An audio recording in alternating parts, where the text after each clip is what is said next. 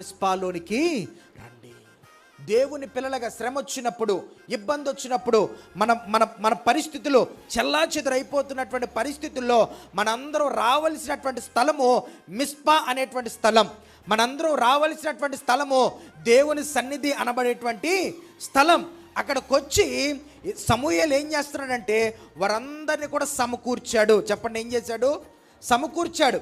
విడిపోయినటువంటి వారి మనస్సులను, చెదిరిపోయినటువంటి వారి మనస్సులను, ఏమండి ఎక్కడ పడితే అక్కడికి వెళ్ళిపోయినటువంటి వారందరినీ కూడా సమూయేలు ఒక్క తాటి మీదకి తీసుకొచ్చి, ఒక చోటకి తీసుకొచ్చి వారందరి మనస్సులు కలిపి అక్కడ సమూయేలు ఏం చేస్తున్నాడంటే ప్రార్థన చేస్తూ ఉన్నాడు. కనుక దేవుని పిల్లలుగా ప్రార్థన చేసేటప్పుడు మన ప్రార్థన దేవుని సన్నిధికి వెళ్ళాలి.